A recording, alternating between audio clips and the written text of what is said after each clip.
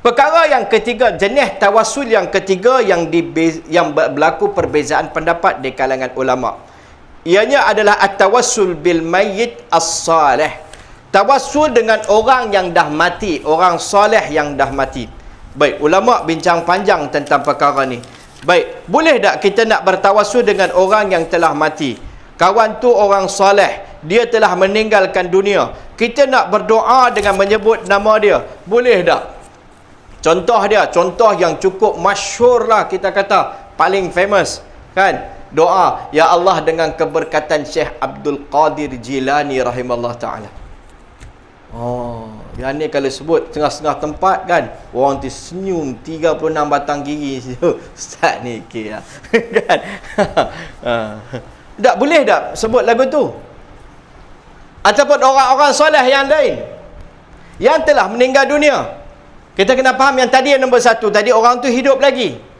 Yang kedua ni yang telah meninggal dunia. Mana-mana orang soleh kita berdoa. Boleh ataupun tak boleh?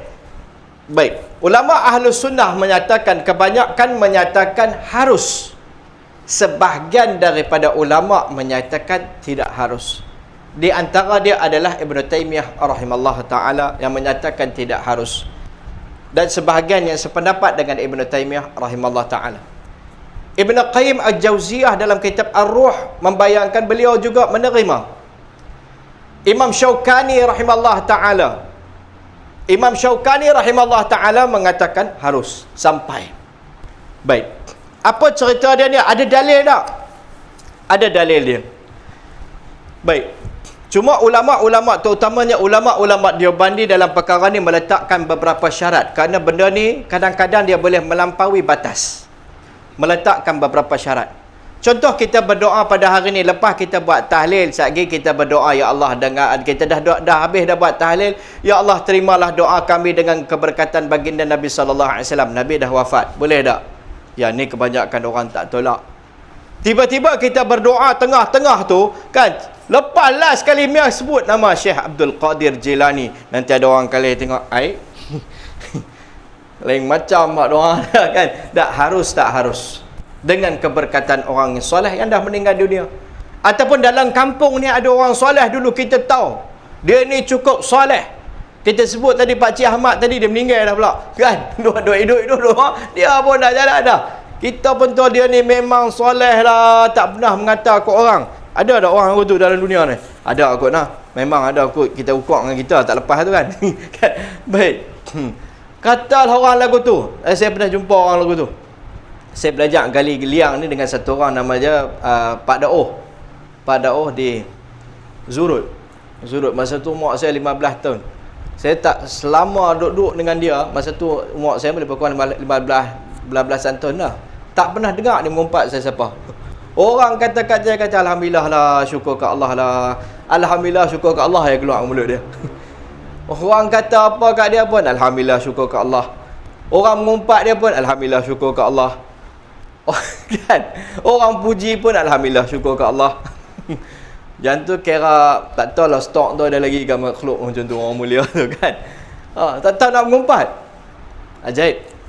Baik, katalah orang macam tu orang soleh. Kita dalam doa kita sebut nama dia.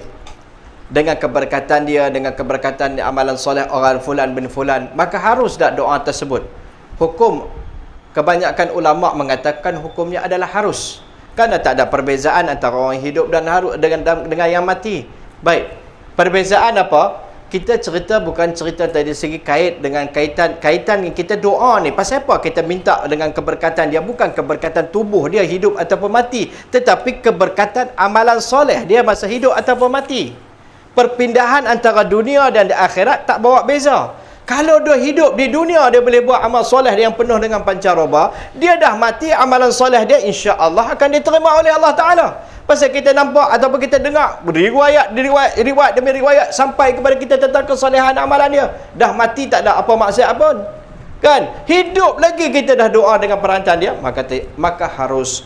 Baik, itu satu dalil. Baik, ada lagi dalil daripada hadis baginda Nabi sallallahu alaihi wasallam yang cerita tentang keharusan perkara tersebut. Baik, ulama bincang perkara ni supaya dia tak melampaui batas. Satu, kita doa duduk di masjid. Doa duduk di masjid tentang mana kita doa dan kita minta kepada orang yang soleh. Perkara ni kita kata okey.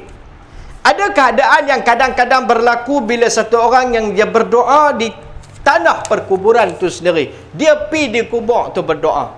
Di sini ada dua kalangan ulama dalam membahaskan perkara tersebut. Asalnya kedua-dua ulama Ahlus Sunnah ni mengatakan harus, tetapi dalam dua keadaan mereka bincangkan. InsyaAllah ada masa lagi kita akan sebut. Baik, yang pertama kita sebut asal masalah ni adalah harus kerana dalil daripada hadis baginda Nabi SAW yang diriwayatkan oleh Uthman bin Hanif. Baik, cerita dia ada satu orang yang datang berjumpa dengan Uthman bin Hanif. Hadis ni dikeluarkan oleh Imam Tabrani dalam kitab Mu'jam Saghir dia, dan juga dalam Mu'jam Kabir. Abi Umamah bin Sahl bin Hunayf an ammihi Uthman bin Hunayfin. Dia kata, Abi Umamah ni dia kata daripada pakcik dia Uthman bin Hunayf, bukan Uthman bin Affan, Uthman bin Hunayf, seorang sahabat Nabi. Dia kata anna rajulan kana yakhtalifu ila Uthman bin Affan. Ada satu orang ni dia selalu pergi jumpa Sayyidina Uthman bin Affan. Zaman ni zaman bila? Zaman Nabi dah habis, Nabi dah wafat dah. Zaman Sayyidina Abu Bakar dah habis, Sayyidina Abu Bakar dah wafat dah. Zaman Sayyidina Umar dah habis, Sayyidina Umar dah wafat dah. Baik, ni zaman yang berlaku ketika zaman Sayyidina Uthman radhiyallahu anhu jadi khalifah. Baik, Uthman bin Hunayf ni satu orang sahabat Nabi. Dia kata ada satu orang lelaki ni selalu duk pergi jumpa Sayyidina Uthman radhiyallahu ta'ala anhu kerana dia ada satu hajat keperluan pergi jumpa Sayyidina Uthman, duk bincang, duk cakap dengan Sayyidina Uthman. Fakana Uthmanu la yaltafit ilaihi, tapi Sayyidina Uthman tak pernah menoleh kepada dia. Maksud dia Sayyidina Uthman tak apa nak layan dia. Dia pergi jumpa, cerita aku ada macam ni keadaan, macam ni keperluan, tak apalah, lebih kurang lah, tak apalah nanti. Tak apalah. Sayyidina Uthman tak mau nak kalih, nak menoleh betul-betul, nak bincang dengan dia, nak tanya, nak tolong, nak bantu dia. Maka dia pun pergi mengadu tentang keadaan dia ni kepada sahabat Nabi yang bernama Uthman bin Hunayf. Fashaka dhalika ilaihi. Dia pun mengadu, tengoklah aku pergi jumpa Sayyidina Uthman. Sayyidina Uthman, aku cerita kat dia dalam keadaan aku macam ni. Sayyidina Uthman tak mau nak toleh tengok aku pun.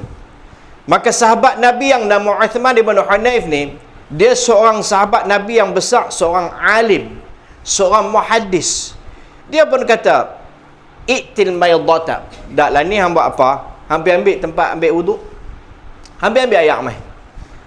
Baik, fatawadda. Dia kata, "Lah ni hang wuduk elok-elok. Summa atil masjid fa salli fi raka'atain." Baik, dia pun tak kata mai aku doa kat hang. Dah. Dia kata dak lah ni hang buat apa? Ambil tempat ambil wuduk tu mai. Ambil air wuduk. Hang wuduk elok-elok. Kemudian pergi masjid sembahyang 2 rakaat. Thumma qul, kemudian hang berdoa. Allahumma inni as'aluka atawajjahu ilaika bin nabiyyina Muhammadin. Dia pun ajak doa tadi. Doa yang kita bacakan tadi. Kan? Doa ni siapa ajak? Nabi ajak. Nabi ajak pada sahabat Nabi yang mai tadi buta tak nampak kan. Lepas tu dia doa dengan tawassul pada Nabi, Allah Ta'ala bagi nampak. Lah ni Nabi hidup lagi ke? Dah wafat. Sayyidina Abu Bakar pun dah, zaman Sayyidina Abu Bakar pun dah habis, zaman Sayyidina Umar pun dah habis. Ni zaman Sayyidina Uthman. Sahabat Nabi yang nama Uthman bin Hunayf ni bagi tahu, hang lah ni ada hajat ni ke? Okey, hang pi ambil wuduk, hang pi sembahyang, lepas tu hang baca doa ni. Dia pun baca doa ni. Lepas sembahyang dia pun sembahyang hajat, dia pun doa. Lepas dia doa, fantalaka ar-rajulu fa sana'a ma qala lahu Uthman. Dia pun lepas tu pi sembahyang semua, lepas tu dia doa kepada Allah Taala. Thumma ata baba Uthman bin Affan. Kemudian dia pun mai jumpa Sayyidina Uthman. Sahabat ni kata, hampir try buat lagu ni, hang doa lepas sembahyang, hampir jumpa Sayyidina Uthman tengok. Dia pun pi jumpa Sayyidina Uthman. Faja'al bawaba hatta akhadahu biyadihim. Maka bila dia sampai ke depan rumah Sayyidina Uthman, penjaga pintu Sayyidina Uthman mai pegang tangan dia. Selalu dia masuk, dia buat tak tahu kat dia.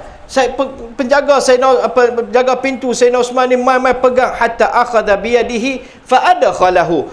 pegang tangan dia, dia pun bawa masuk pergi jumpa Sayyidina Osman radhiyallahu anhu.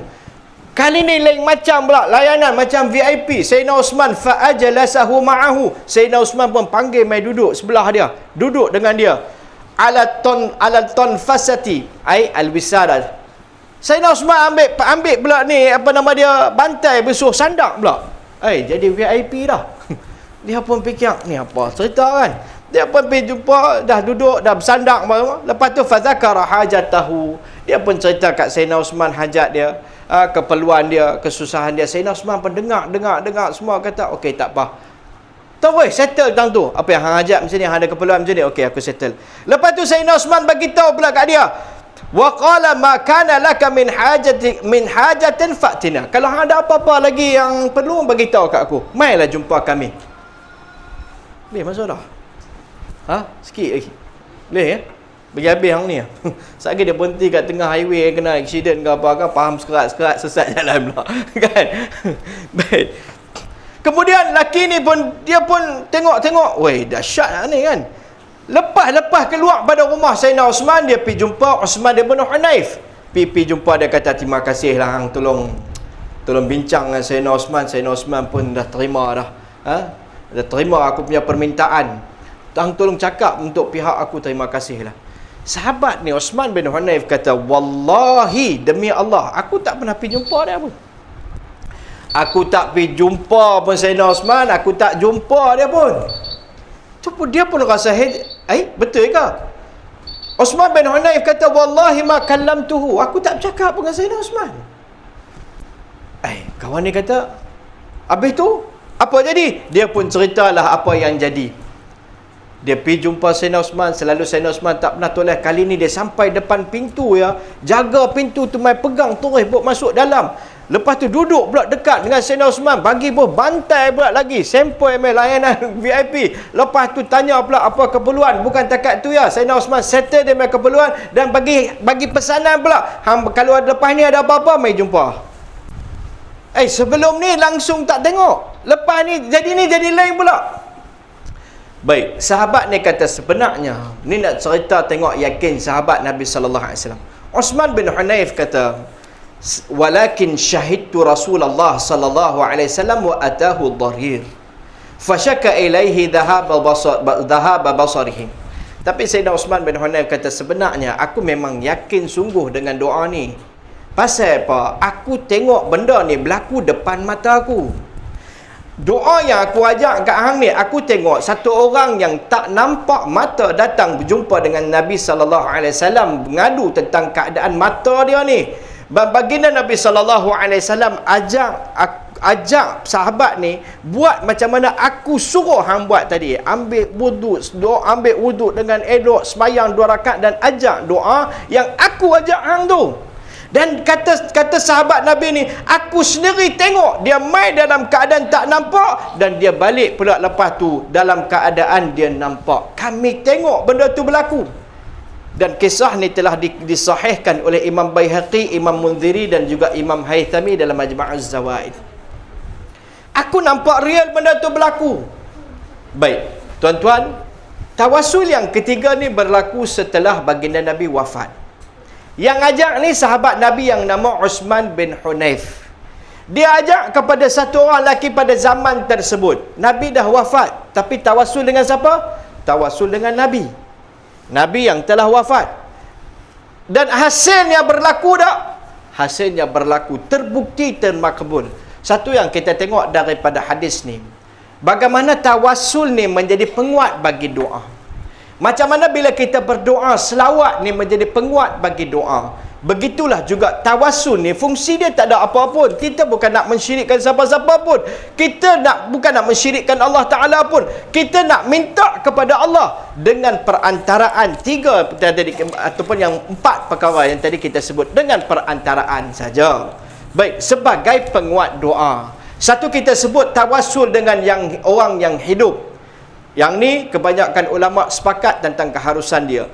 Kedua, kita bertawassul dengan amalan saleh Yang ini perkara yang disepakati. Dan ketiga, bertawassul dengan nama-nama Allah Ta'ala yang maha mulia. Yang ni perkara yang disepakati juga. Dan yang keempat tadi kita sebut, kita bertawassul dengan orang yang telah meninggal dunia.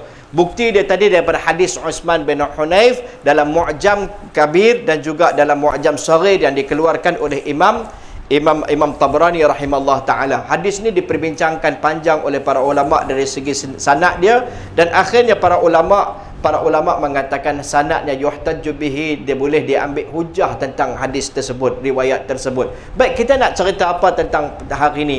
Cerita bahawa harus bila kita nak berdoa, sebagai menambah kekuatan bagi doa kita ni, kita boleh bertawassul.